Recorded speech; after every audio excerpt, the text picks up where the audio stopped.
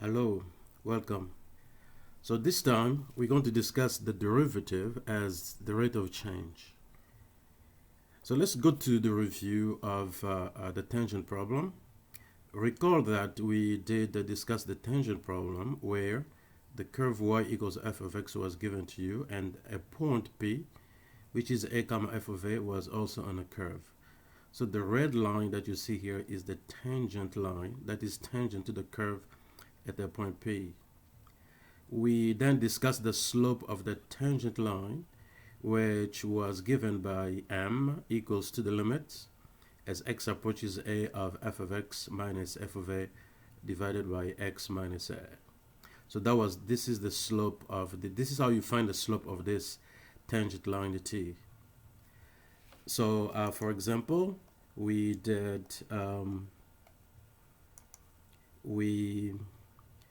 we have an example. If the given function is f of x, which is x squared equals x squared, a is 2, so that means f of a, which is f of 2, is going to be 4.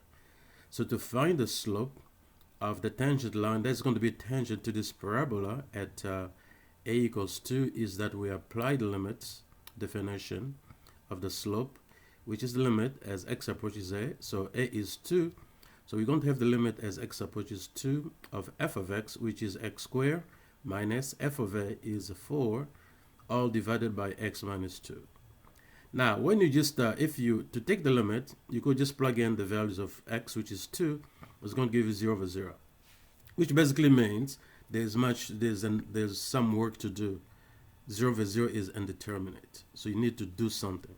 What you could do here is factor the numerator, since the numerator is a product of two is a difference of two squares. So we know you can factor it as quantity x plus 2 times quantity x minus 2, and then all divided by x minus 2, which you can simplify x minus 2, and then you get the limit as x approaches a of x plus 2. And when you take the limit, basically you plug in x equals 2 to get 4. So m equals 4 is the slope.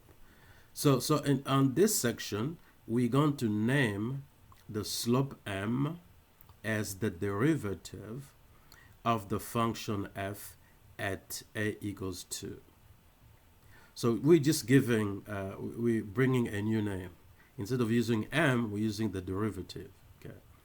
So the slope m is called the derivative of the function f of x at x equals a.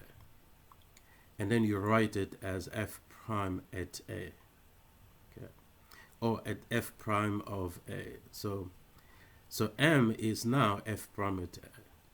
Just changing names, right? So this is the original formula for finding the slope. So now, instead of m, we're going to write f prime at a, still equal to the limit as x approaches a of f of x minus f of a, all divided by x minus a. An example. If you look at this example, the function f of x is given as a square root of x minus 1, square root of x plus 1. So a is 8. F of 8 is 3. So the question is to find the slope f prime at a. So we know the definition will be the limit as x approaches a of the function, which is square root of x plus 1, minus f of 8, which is 3, all divided by x minus 8. So if you plug in 8 as x, you're going to get 0 over 0, which means do more.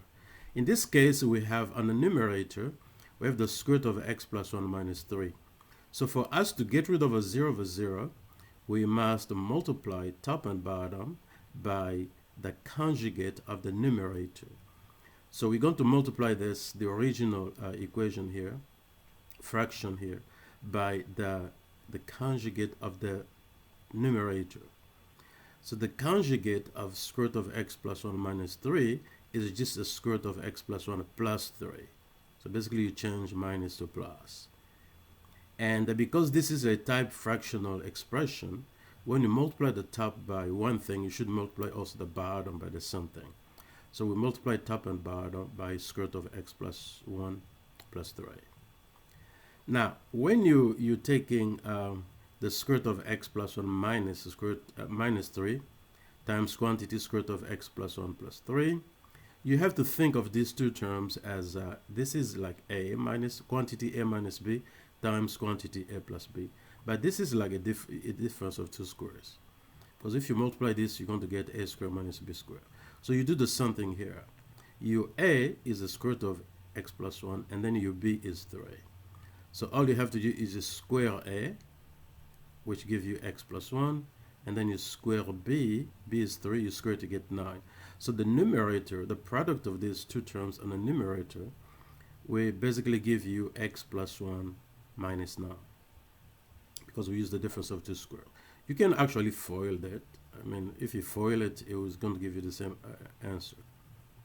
And then you combine like terms, so you get x minus 8 on the numerator, which on the denominator you also have x minus 8. So you can simplify x minus 8, and then on numerator you're going to have 1 left divided by square root of x plus 1 plus 3.